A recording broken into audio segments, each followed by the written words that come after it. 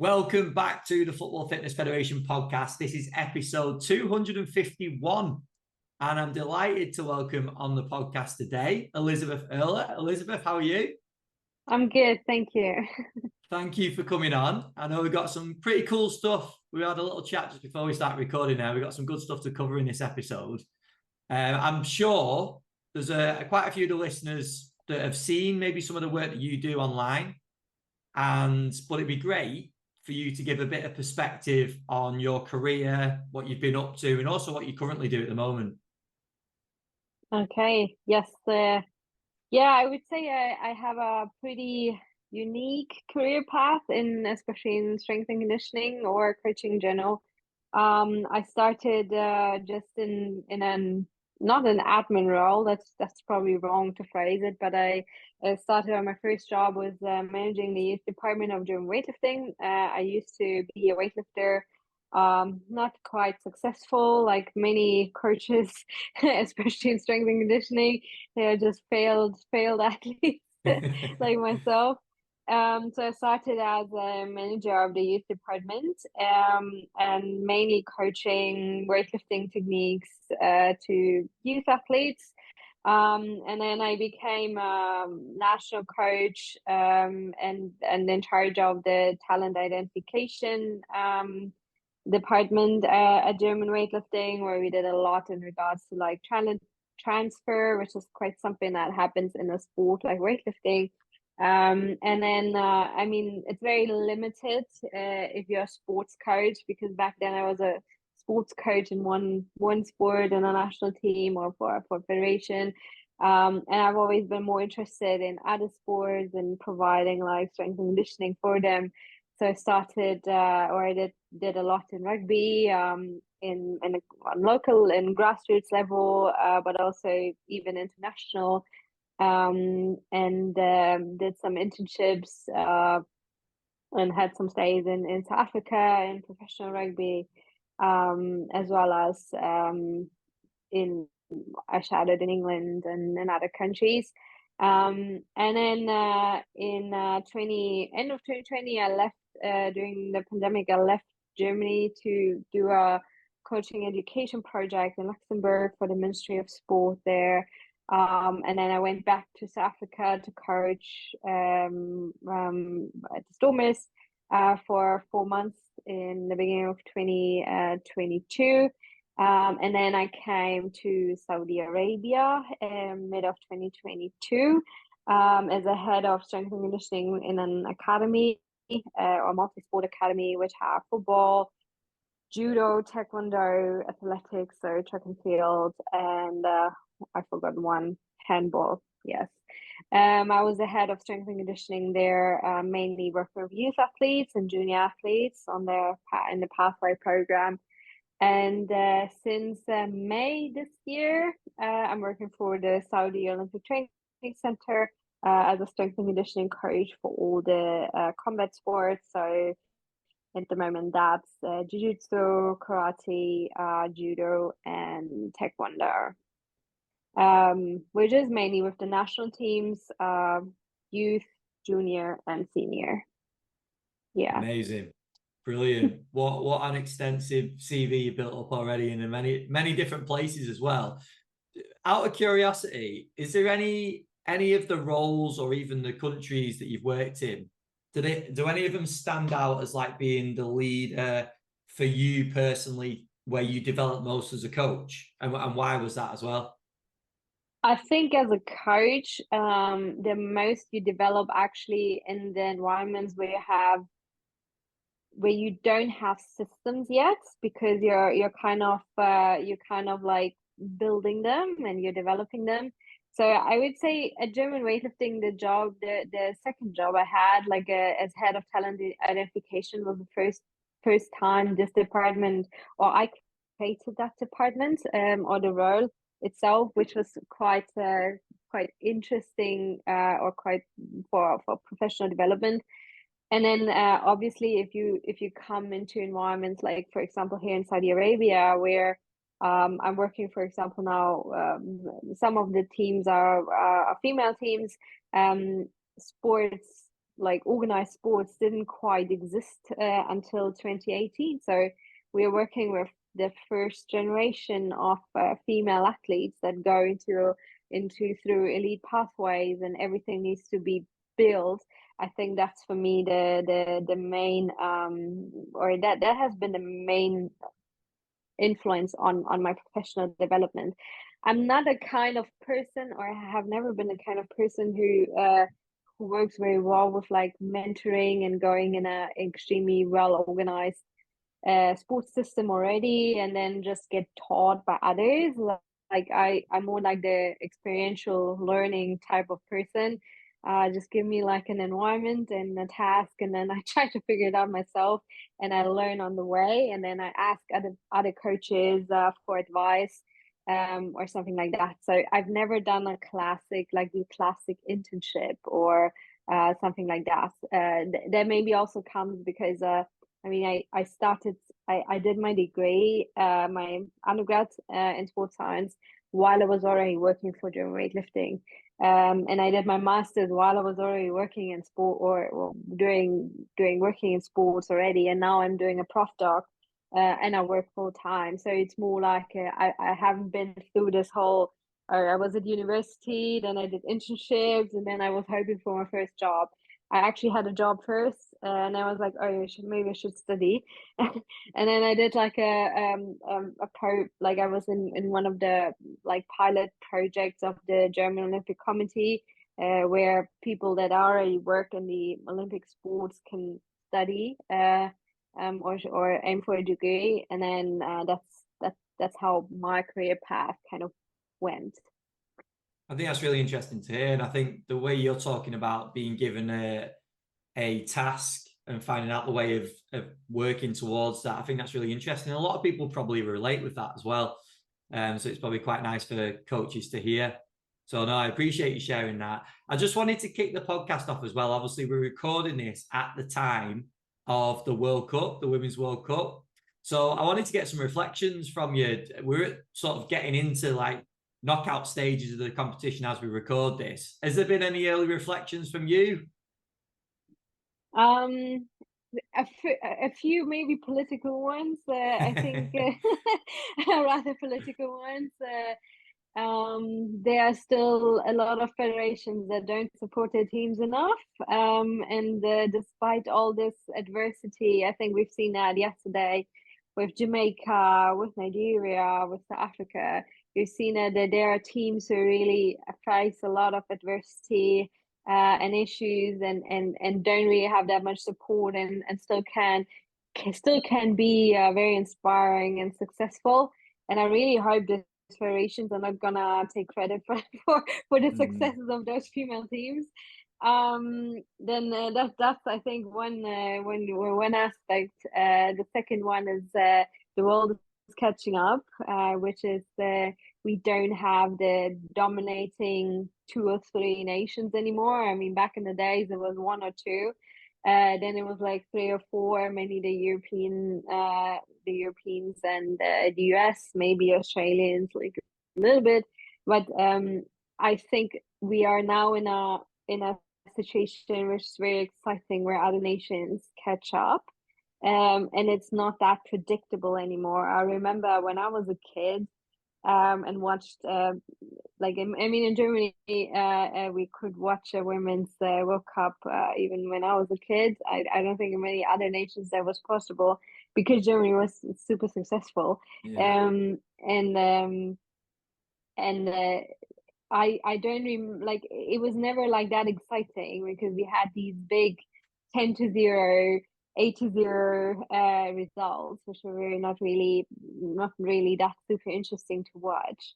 And this is it's changing, and it's changing to the better. And I think that there's the second takeaway. The third one is obviously it's like one of the rather I think for myself already annoying subjects with like obviously ACL injuries, injury incidents in women's football in general, and the conclusions that are drawn out of that, or how it's gonna get approached. I mean, there's always this whenever whenever a female footballer here's an ACL, you read on social media, oh, we need more research.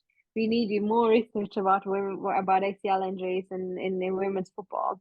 There has been, and I say that like there has been, if you're interested in that as a coach or whoever, there has been a lot of research, and there has been a lot of research done, especially in the last 10, 15 years, in men and women's football and other sports as well.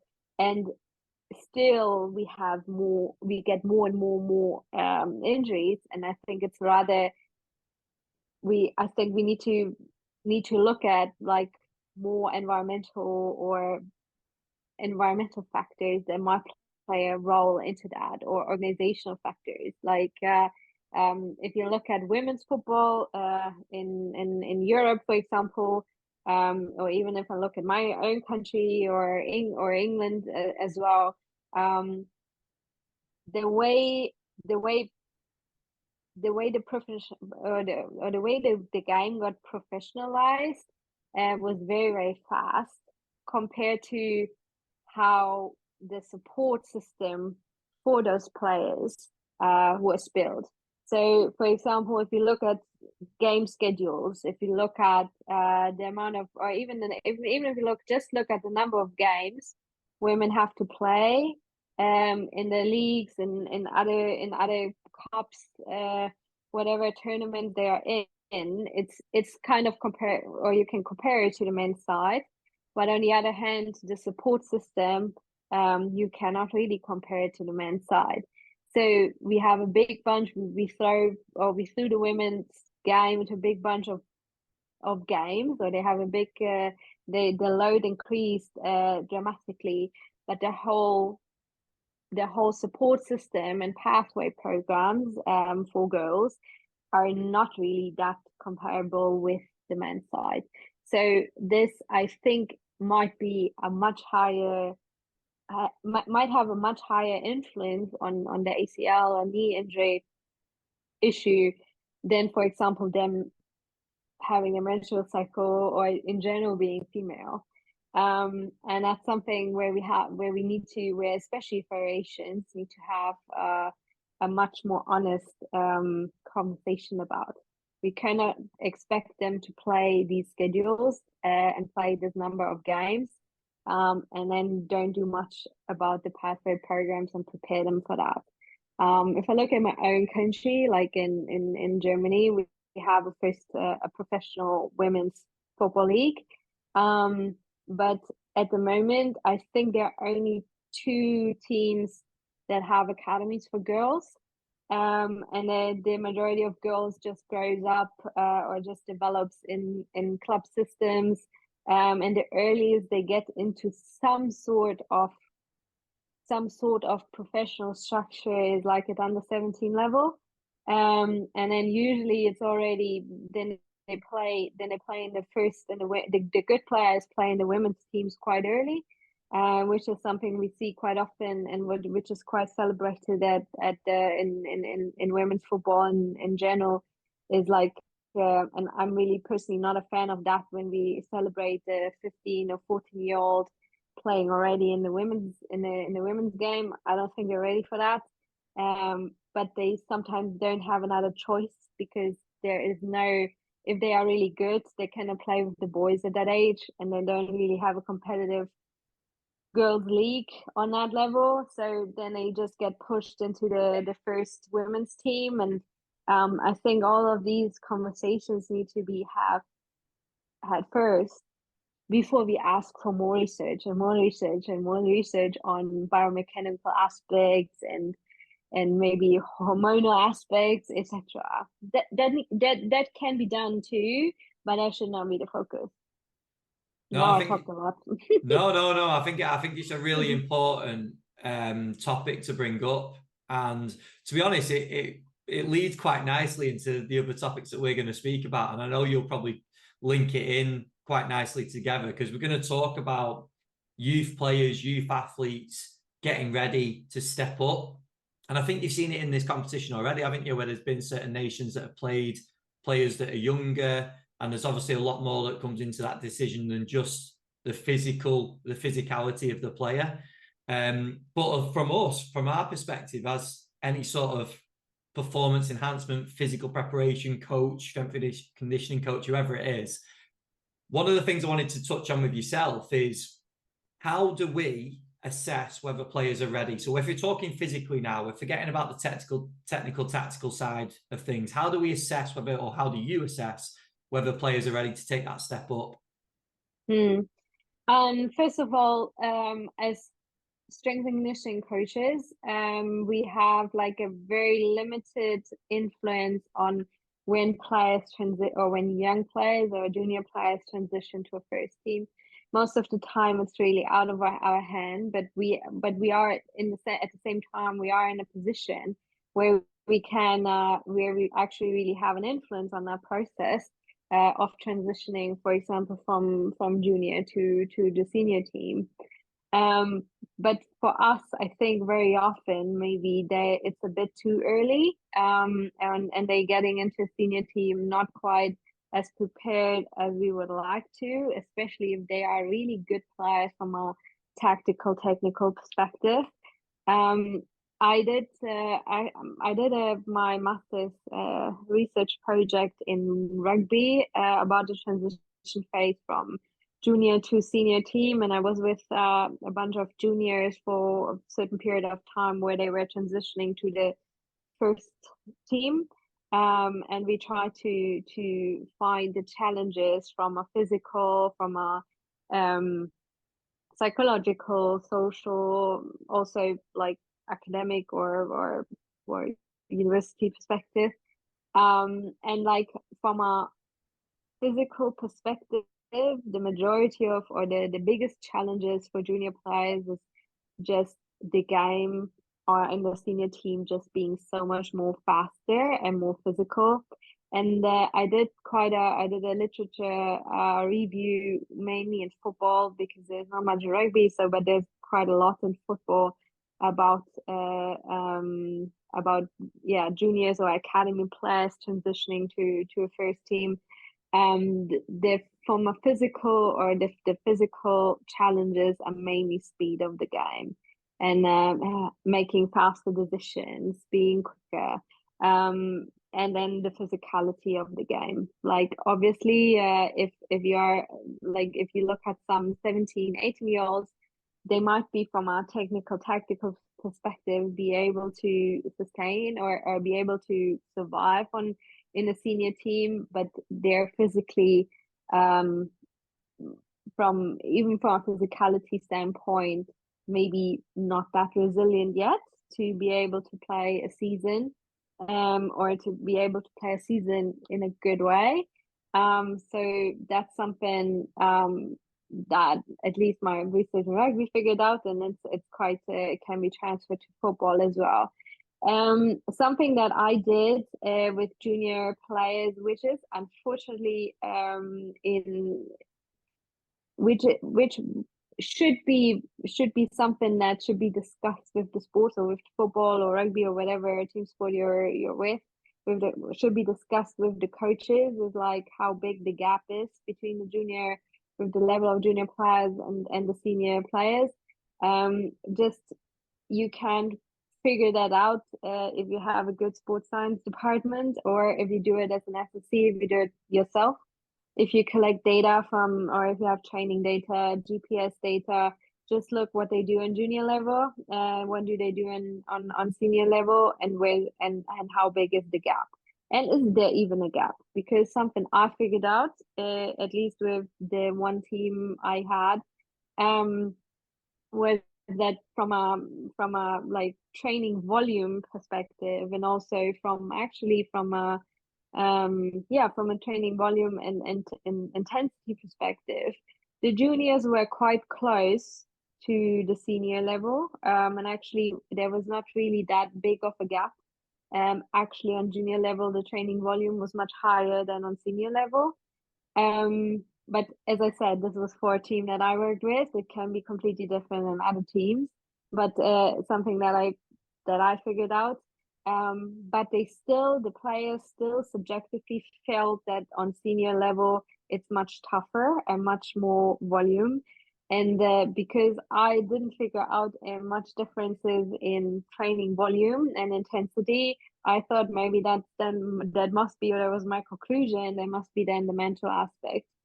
So, and this is something that shouldn't be underestimated. So we can physically prepare them, but it can still feel a lot different on senior level for them just because of that additional pressure and additional the additional mental side.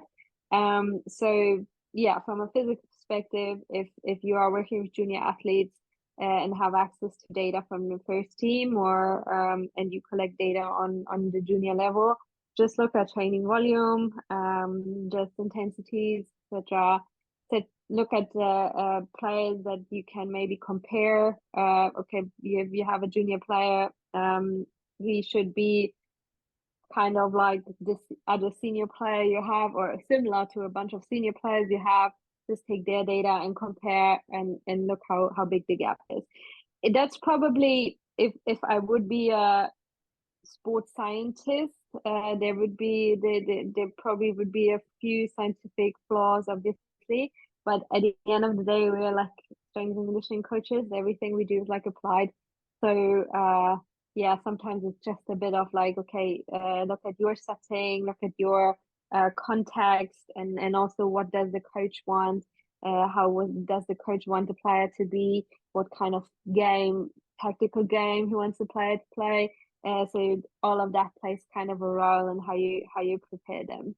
But it's a good, at least that was for me very surprising that on junior level, the training volume was kind of a bit more than on the senior level. But the extra pressure being in a senior team and like trying to establish yourself, proving yourself, just makes it much more exhausting and makes it feel like it's a lot more for them, even though it's objectively not the case. Yeah, no, very interesting. I think there's a lot of factors that go into that as well, isn't there? Because for a youth player to step up from an under 18 squad to go into a first team, or for them to go, it depends on what structure the club has, them to go under 18s, under 21s to first team, under 18s, under 23s to first team. There's a lot of different sort of pathways, isn't there, that a player could step through. Yes. I suppose the other side of it is, you used the word before, survive in a first team. It's whether we're getting a player up to that level to survive, or whether we're getting them there to thrive. And I think that's the difference, isn't it? Is are they going to get into the first team? And I love how you spoke about the psychological side of it as well. Because when you see some of these players stepping into first team, there's been a few big examples in the Premier League recently where players have got into the first team and they don't look out of place, but they're much younger than their teammates. Psychologically, they must be ready somewhat to tackle those challenges. Whereas there's others that are probably equally as talented that just aren't quite ready. So there's a lot of factors, isn't it, that go into that. Yeah, and also something we shouldn't forget is, especially if we have debuts that are, or if we have extremely talented young players. I always call them, these are the exceptions. I mean, we had that in Germany in the Bundesliga with Mukoko, who played his first game for Borussia Dortmund at the age of 15 in a couple of days, I think. Something we should not forget with these like really outstanding players when they go into the first team being that young, not just from a mental perspective or psychological perspective. When they are 15, most of them are not grown men. They might even still be in a phase where they're still growing, and where they still like grow, might even be growing a lot. I mean, even if you look at for example, the NBA, they're drafting players at the age of 20, and then you always see in the draft report like a height, and then 1 or 2 years later they are like even 3, 4, 5 centimeters taller, and they are drafted at the age of like 19, 20, 21, I think. So if we have a 15-year-old in football, he might even grow like even another 6, 7 centimeters, and that has if they are still growing, then that also has a big influence on like coordination and other physical aspects. So sometimes when they are that young, or if they play that young, and then maybe grow a bit, and then their coordination is off, then they seem a bit off on the field as well, like technically. And then we are very fast. If you don't have awareness for that, and especially if sports coaches or football coaches that are not aware of these aspects of like growth, development, maturation, etc., then you kind of like maybe write them off pretty quickly, even though they're just going through another phase. So that's something I'm very critical of, like players who are technically, tactically very, very good at a very young age. And 15 for me is a very young age to throw them into a senior environment just because they can technically, tactically be there. I don't think most of the time physically they can. In the women's game, that's actually, I think it's even worse in the way of like we're celebrating the young, they get younger and younger and younger. If you look at the US, for example, I think there was also another 14 or 15-year-old who made their debut in the women's soccer league in the US. We have that all the time in other professional women's football leagues where they really 15, 14-year-olds already playing in senior teams. They are not, even if they have an extremely high skill level, and they can play 1 or 2 games, but they are not, in my opinion, they cannot be physically ready to like be sustainable for a season, for example. And that's the goal. At least that's for me, as a strength and conditioning coach or a coach in general. That should be the goal. I want to prepare players to be able to play seasons, and not just 1 or 2 games and be out with minor injuries or niggles, and then maybe play another game and be out for 2 or 3 games because they have like knee pain or whatever small niggle. My goal will always be they have to be available as much as possible for as long as possible. That's how I approach it. So I really rather wait another year or two and then have them play for 5, 6, 7 seasons without having major injuries, instead of this whole we're gonna play them as young as possible, and then we're gonna deal with the injuries on the way. Well, the fact with that, I fully agree. But I think the fact with that is that it's happening, isn't it? And it's going to continue to happen because coaches are under pressure. They might see some talent in a player. They think, I want to put them in. So from our perspective, when a player is put in, as we might see it early, what is the approach, or maybe what is some advice that you would give a coach in that scenario? Something like, at least from a strength and conditioning perspective, something that I've done in the past and I would continue doing is not having junior players have the same team program, and like more do individualized S&C work with them, because I think at that age that's really necessary. I'm not a huge fan of like having the same. You sometimes see that even in professional settings when you have like team programs, and then the juniors get just thrown the same way into it than the 30 or 32-year-old player. So always try with those junior players that are transitioning to individualize and really work on like the strengths and weaknesses that they have, and like really go for like a long-term approach and like building basic strength. Sometimes just like about setting priorities, at least for the players I have. My main goal is just to make them more resilient and build strength in the beginning, and trying to individualize the programming to meet the demands then on the senior level. I think a common one as well that will come up in football is and this is much more on the men's side, I think now, and I could be wrong, it might still happen in the women's game as well, is that you'll get young players called up, especially to train with a first team. Then they'll go back down to their age group, and the program gets a little bit tangled up in terms of who's taking control and who's doing what. Are they a first team player? Are they an academy player? Are they sort of in between? And then they end up doing everything, which obviously gives big spikes on the amount of work that they're doing then, doesn't it? Yeah, it's something I experience in rugby, for example, the same way. They play, for example, under 21s. They run on the SSC program for the under 21s. Then they get a call up for the first team because of maybe even too many injuries, or they train with the first team. Then they get thrown into the first team environment and run on the SSC, or run with a complete different SSC, run the program of the senior team, and then maybe after 2 weeks or 3 weeks, the injured player is back. They drop down again to under 21s. Then they are in a different program again. Or sometimes then they have the national team, and have a different program there for a couple of weeks. That's really something where I'm not sure how it is in football, but it's a big issue in many other sports.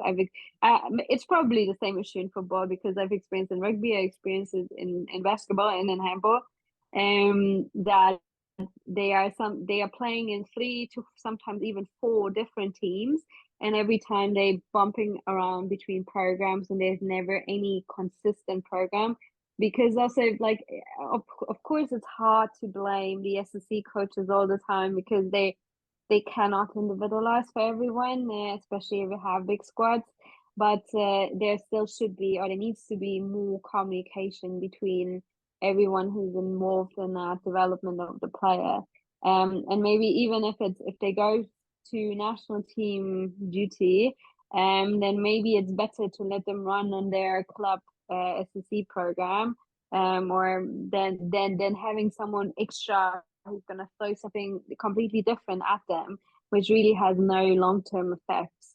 Like, I mean, that's something with, in particular, if you have players who are in national teams and then clubs, that like national team camps, SNC and national team camps is like very often like one of the most useless things I've seen, because it's just like they get them for a camp and then they just throwing whatever they want in those 2 or 3 weeks or whatever time they have. They're just throwing something completely different without much communication to the coaches at these players, and then they come and you don't really achieve much during that time. But well, we worked hard. I mean, that's the only outcome you have. Like, yeah, you worked hard. But yeah, there needs to be. I think if you do as a coach if you really do a development plan, that's something I always want to do with players. And the sports coaches was like, oh, let's do a development plan for this player. Where does the plan need to be in 2 years, and 3 years, and 5 years? Because that's how we should think as coaches. And then we work on that consistently. Obviously, it's hard, difficult, with also the current structures of players maybe not staying 5 years at one club and then going on a loan to somewhere else, or getting a new contract somewhere else, or getting dropped or whatever. Obviously, it's quite challenging, but still in the back of your mind, you should always have like a 2, 3, and 5 year plan for a player, and then consistently try to follow up with that and have better communication with the other coaches that are involved in the players' development. Yeah, I think that's a really good point.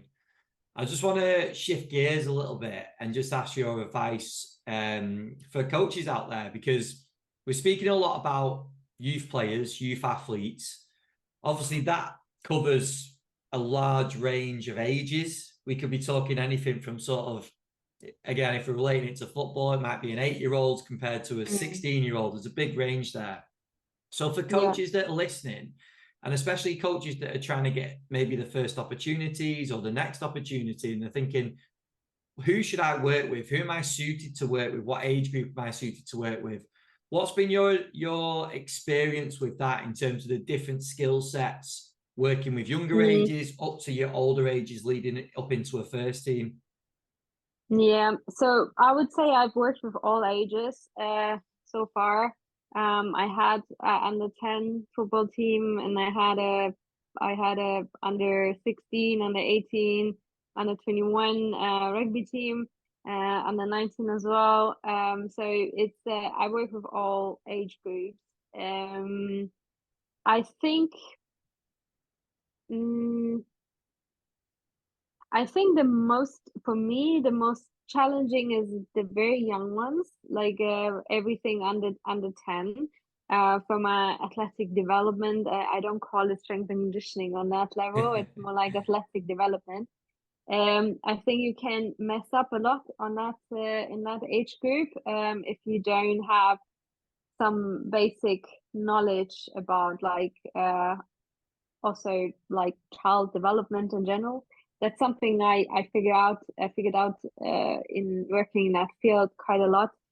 Children are like we tend to sometimes treat them like they are older than they actually are. Especially in football, that's something that's really a kind of an issue that even we expect tactical decision making from under 10s and under 12s already, that they are from a even from a development perspective are not able to do. And then the second thing is we need to have a lot of knowledge about like growth, maturation, and what impact it actually has on motor development. And I think that's where the majority of coaches or many coaches that don't have the education about that, where they kind of make, not on purpose, but where they make mistakes, and like especially when it then comes to talent identification later, or judging if a player is good or not. I I always have to, like, the most obscure thing for me is when we do talent identification around PHV, like peak height velocity, when there are clubs that do like trials, and then you have these without measuring biological age, and then you have like all these uncoordinated young boys that at a later stage they might be able to get their shit together again, but at that stage it's just not normal. So it's something you really need to know about and be aware of. And then the second aspect, if you want to work on the junior to senior transition, which is like that's personally for me the most exciting age group to work with, like under 21s, under 19s, and really guiding them to the senior team. There you really need to, first of all, you need to understand the demands of the senior team, or what being a professional athlete or professional player on the senior team, what that means. And you also need to know, you need to understand that you're dealing with still very young people that might not, they might physically very often already be kind or look developed, but they aren't fully. Plus, from a psychological perspective, they are not really like grown adults. I said that once to my under 19 team actually, and then they got super upset, and I said, okay, I will never say that again. But I said, I'm sorry, but you're all not grown men, even though you think that. But you're not. You're not. I know you think that, but you're not grown men. Like, Was it funny that when so we're younger, we want to be older, and when we're older, we want yeah, to be yeah, younger? exactly. But I said, listen, boys, you're not grown men. So Yeah. um it's gonna it's gonna take time. You cannot expect coming into a senior environment. I said that to one of the to two or three other young guys. I said, you cannot expect to go into the senior team and and it's you're not gonna be in the same role that you were on junior level. You're not gonna be the captain, and you're not gonna be the much better than a lot of others, and you're not gonna you are starting at the bottom again, and you have to establish yourself, work yourself up in the senior team. It's a complete difference, because as I said, you're not growing yet, and you're not a polished player where the development is already done. I think that's something sometimes also an expectation that some football or rugby or handball or whatever sport coaches have. They just because a player has been quite dominant in junior level and even took over a captain's role and is very confident on that level, that doesn't mean that automatically transfers to the senior level. And then if you work in that space, you really need to aware of also a lot of like social struggles these junior players come with. That has been actually a very big point or a big aspect of my master's project. Many junior players struggle when they transition to the senior team. They struggle with the different role they all of a sudden have. Like they're unsure about their friendships. They're unsure about like who's actually want to be with them because or who wants to be their friend or support or whatever because for them as a human being, or all the people that just come all of a sudden because they are in the senior team or playing the senior team.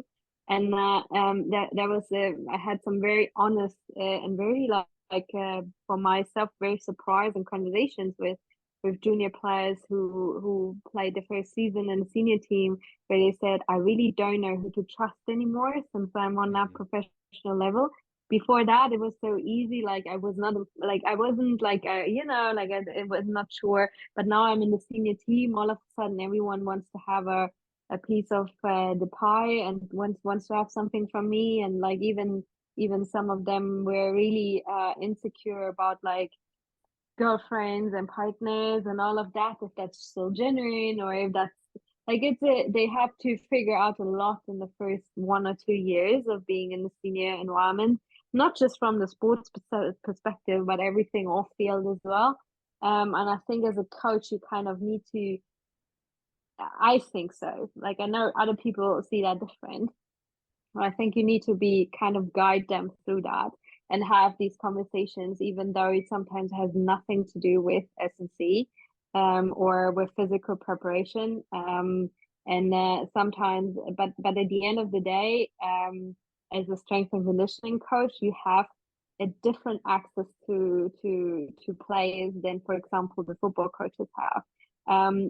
Players will always be more open to us than they maybe will be to a football coach, because there's still this, I'm not selecting. Yeah. I'm not nominating. I'm not having an opinion on their football, rugby, whatever skills. I'm just there for physical preparation. So for them, it's very often more, they are more open to me to talk about like things that bother them, like off-field stress, strain, like factors that influence their performance that might be not sports related. And then I feel like at least as a if they come to me with that, then I feel like, okay, I have to kind of guide them through that way, because the football coaches will not and should also not do that because they are in a different position. I love that. I don't think we've ever spoke about that in terms of like a player's circle and the importance of that circle and the people that make up it. Like, especially at that time where you're talking about a player getting in the first team, because you start getting agents getting involved, like you say, personal relationships, family. There's a lot of things going on for a young person that is dealing with a lot of their own sort of emotions, and at a time that is quite uncertain as well, isn't it? So yeah, I think it's such an important topic to bring up. So I'm really pleased that you did, because I think it's something coaches should consider. I just want to move us on to our quick fire questions. We've absolutely flown through that, but I feel like we've covered some really important stuff. So thank you for covering that. I always start the quick fire questions with who have been some of the biggest influences on your career so far? Mm, like direct influence, probably my own coach when I was a weightlifter, a very old man. He's in his end of 70s now. I learned a lot about like being a very detailed person on like movement and in general how sports performance works. And then for me, like kind of a bit of a role model has always been Suki Hobson from the Milwaukee Bucks, head of strength and conditioning there. She does not know that, and she doesn't know me or anything. I just like how she approached Giannis, or how she what she did at the Bucks, and like her whole career is very impressive. So, and that's something I aspire to be as well. Not make it about like being a female coach, just doing your job.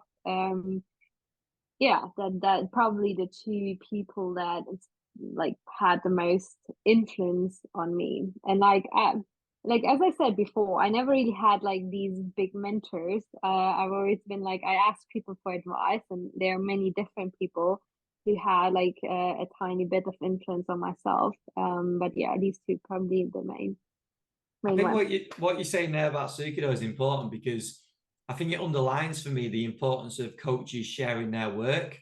Because like you Yeah. said, you've never met, like you don't know each other, but you're aware of exactly what she's done and the Yeah. impact that she's had with her players. So I think that's a really important point, isn't it? And I know what you're saying about having like an official mentor or an internship, but essentially that is someone that's had a big impact. And I think that's why it's so important. I'm very passionate on coaches sharing what they do, Mm. and not just tying in with the fluff of social media and all the rest of it, but the actual nuts and bolts of what goes into day to day, I think is really important. So, no, that's a really good point. Elisabeth, what would you say is your biggest strength as a coach, I have apart a from lot of clean and jerk? yeah. I think I have a lot of empathy. So, and I'm really something, my biggest strength and probably also weakness at the same time, even though that sounds so cliche. I will always be pro athletes. And I always, if I feel something is, if I am in an environment where I feel like the well-being of athletes is kind of not really looked after, I will always be on the athlete side. Like I'm not really someone, if there's really, if I'm in an environment and there's a certain, there's certain things you can tolerate, but if I feel like their athletes' well-being is neglected, then I'm always pro athlete. Good point. Very good point. What would be some top career advice if you were able to speak to yourself coming Mm. out of your undergrad, like back when you did that? If you were able to speak to yourself coming out of that degree, what career advice would you give yourself?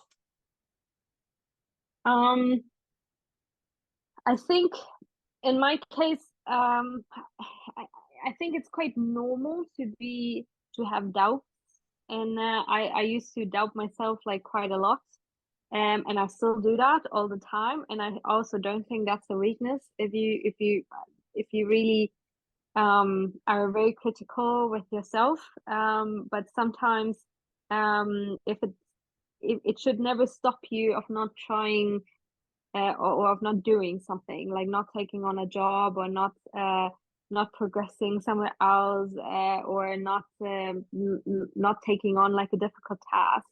Like obviously it's sometimes I've like in my career so far I've questioned myself and if I'm the right person for the job many times, but it never stopped me of actually pursuing what I wanted to pursue. And it never, like that's something I think sometimes just getting out of your comfort zone, and that sounds so cliche as well, but like really throwing yourself into situations that you might really, where you even think you're not the right person for that, but just figure it out and try it. I mean, I came last year, I decided, that has been a very I had many sleepless nights before I decided to go to Saudi Arabia as a woman alone. And everyone was like, "Oh, that's a bit, maybe that's a bit too much, and like you don't need to challenge yourself that much." And like obviously, I was overthinking it for quite some time. But at the end of the day, it's just like fuck it and do it. Like I'm sorry for swearing. No, We're it's gonna fine. beep it out in the podcast, but just yeah, overthinking is normal, but there needs to be an end point of overthinking, and then just do it, and like take every opportunity there is on the way. Wherever it like leads you. I mean, my career path has been like all over the place. And I'm working now in sports that I've never worked before, or that I have actually never really had a connection to before. So finally, what is your approach now to CPD? So continued development as a coach. What do you do in terms of that now? Yes. So okay, first of all, I'm doing a prof doc at the age of, I mean, I'm 31 now. A lot of them already finished with their PhDs and prof docs. I mean, I just started mine. And that's the first like formal part of CPD. I've also chosen a topic that I'm really, really interested in, which is a bit outside of strength and conditioning. Something that I try to have when it comes to CPD. I try to have a good balance of different sports related things. Like I'm not just focused on strength and conditioning. Like I think sometimes on the level, it always depends on the level you're working at. But like I do not think, for me, from a CPD perspective, it's I don't need to go that much deeper into really the absolute 1% detail SSC related things at the moment. Like that maybe is gonna come at a later stage, but for now I do like a lot of like social cultural aspects of coaching, because it fits to my current situation. So I always in regards to CPD, I always look, okay, what are my current needs?